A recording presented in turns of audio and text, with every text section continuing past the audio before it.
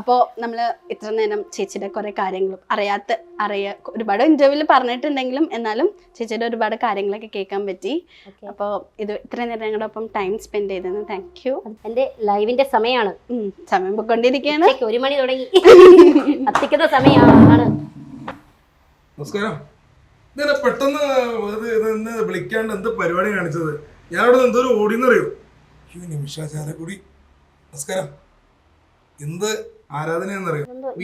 എന്റെ വീട്ടിലെന്ന് പറയുന്നത് ദൈവങ്ങളുടെ പടമില്ല, ഇതിന്റെ പടമല്ല വെച്ചാണത്.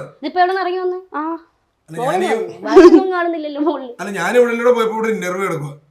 എന്തായാലും എനിക്കൊന്ന് വൈറലാണ്. ചേട്ടാ ഒരു ഇന്റർവ്യൂ നടക്കല്ലേ, ഇങ്ങനെ മാനേഴ്സ് ഒക്കെ വേണ്ട, കയറി വരാവോ? അങ്ങനെയല്ല പറഞ്ഞത്. കാരണം വെച്ചാൽ ഞാൻ വലിയൊരു ഫാനാണ്. കാരണം ഒരു ദിവസം ഇദ്ദേഹത്തിന്റെ വീഡിയോ ഒരു 50 തവണയും കാണും.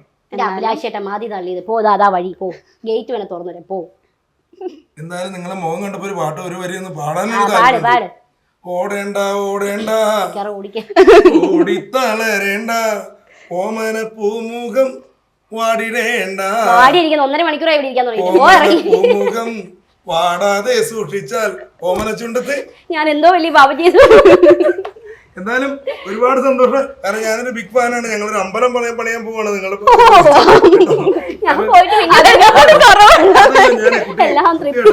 ഞങ്ങൾ പിരിവ് തുടങ്ങി. എന്റെ പിരിവ് ഞാൻ തന്നെ വരാം 10 രൂപ. നിമിഷ ബിജോയുടെ ഒരു വലിയൊരു പ്രതിമ, അതാണ് ഞങ്ങളുടെ ആഗ്രഹം. കാരണം അവിടെ രാവിലെ ചെന്നിട്ട് ദീപാരാധന, ഉച്ചയ്ക്ക് വലിയ അന്നദാനം, അങ്ങനെയുള്ളൊരിത്. കാരണം ഞങ്ങളുടെ ജയലളിതയാണ് അടുത്തത്.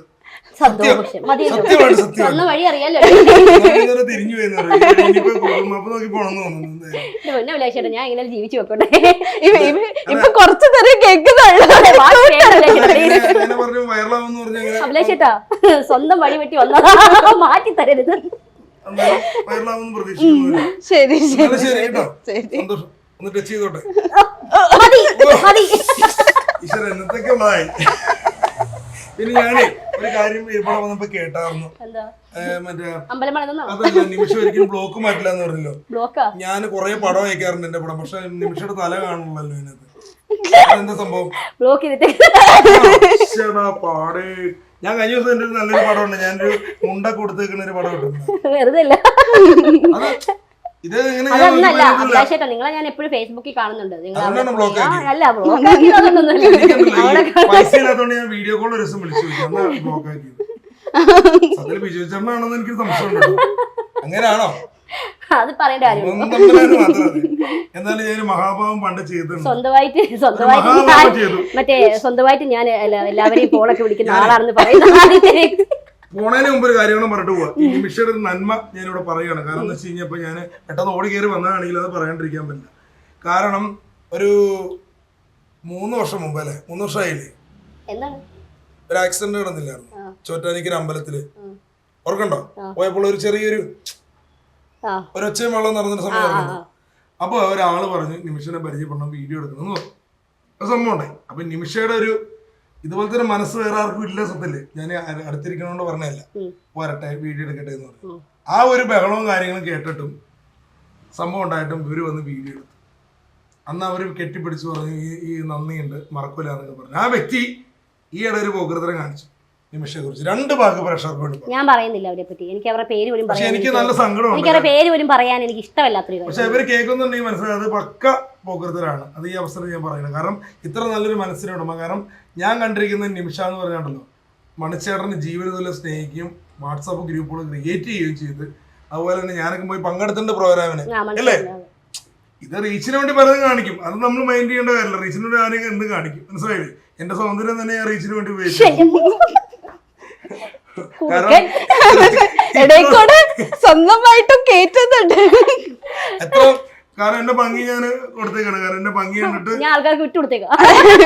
രാജാവിന്റെ പേരൊക്കെ എന്നെ വിളിക്കാറുണ്ട്. കാട്ടിലെ രാജാവിന്റെ പേര് എന്നെ വിളിക്കാറുണ്ട്. ആദ്യം പറഞ്ഞതാണ് കറക്റ്റ്. കരടി എന്നുള്ള കമന്റ് ഞാൻ കണ്ടു. അത് ഞാനും ആദ്യം പറഞ്ഞ കറക്റ്റ്. എന്റെ ദൈവമേ, ഒരു സ്റ്റേജിൽ പരിചയപ്പെടുത്തും. അടുത്ത ഗാനം ആലപിക്കുന്നു കരടിക്കുട്ടൻ.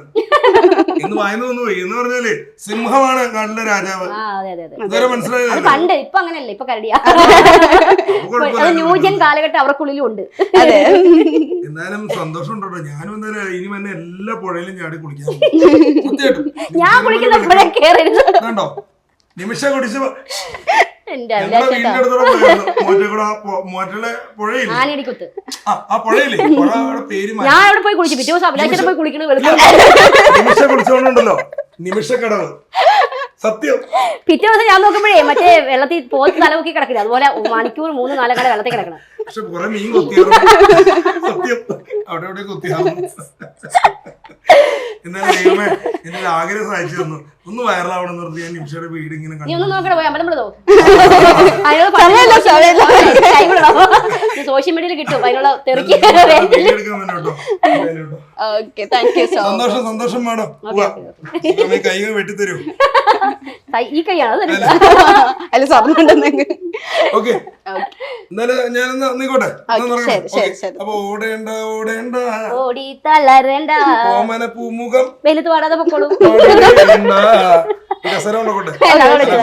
സ്വന്തം കസേര അല്ല അങ്ങനെയല്ല ചേച്ചി. ഓമയ്ക്ക് വേണമെങ്കിൽ ഞാൻ ചെരുപ്പ് ഇത് അല്ല ആരെയും ചോദിക്കേ, കാരണം അവിടെ നിന്ന് എന്തെങ്കിലും കിട്ടുമെന്ന് വെച്ചാലേ ആ കൊണ്ടോട്ടെ. കൊണ്ടുപോകും. മാസം അടച്ചാൽ മതി. എനിക്കറിയില്ല, അതുകൊണ്ടാ. God bless you. ദൈവമേ, ഇന്ന് വീഡിയോ കാണണ്ട, നേരിട്ട് കണ്ടു. അപ്പൊ ശരി, നമുക്ക് മൈൻഡപ്പ് ചെയ്യാം. Thank you so much.